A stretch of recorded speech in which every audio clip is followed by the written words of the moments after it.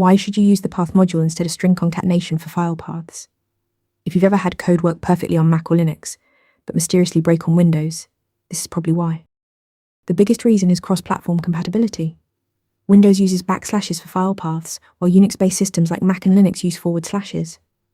When you concatenate strings manually, you're hard-coding the separator, which means your code won't work across different operating systems. The path module automatically uses the correct separator for whatever platform your code is running on. The path module provides semantic functions that express your intent clearly. Path.join combines path segments intelligently. Path.resolve converts relative paths to absolute paths. Path.normalize cleans up messy paths.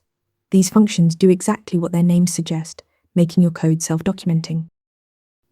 The path module also handles edge cases that manual string manipulation misses.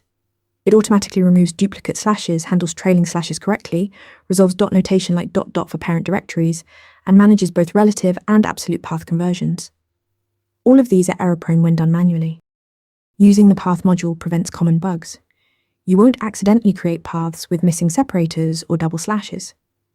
You won't have to write conditional logic to detect the operating system. And your code becomes more readable, because you're using semantic operations instead of string manipulation.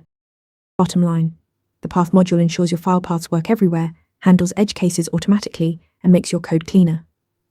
Practice using it in your next Node.js project. Want to get better at answering questions like this?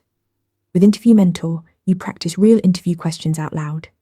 You get personalized feedback and a grade on every answer, and you can track your improvement over time.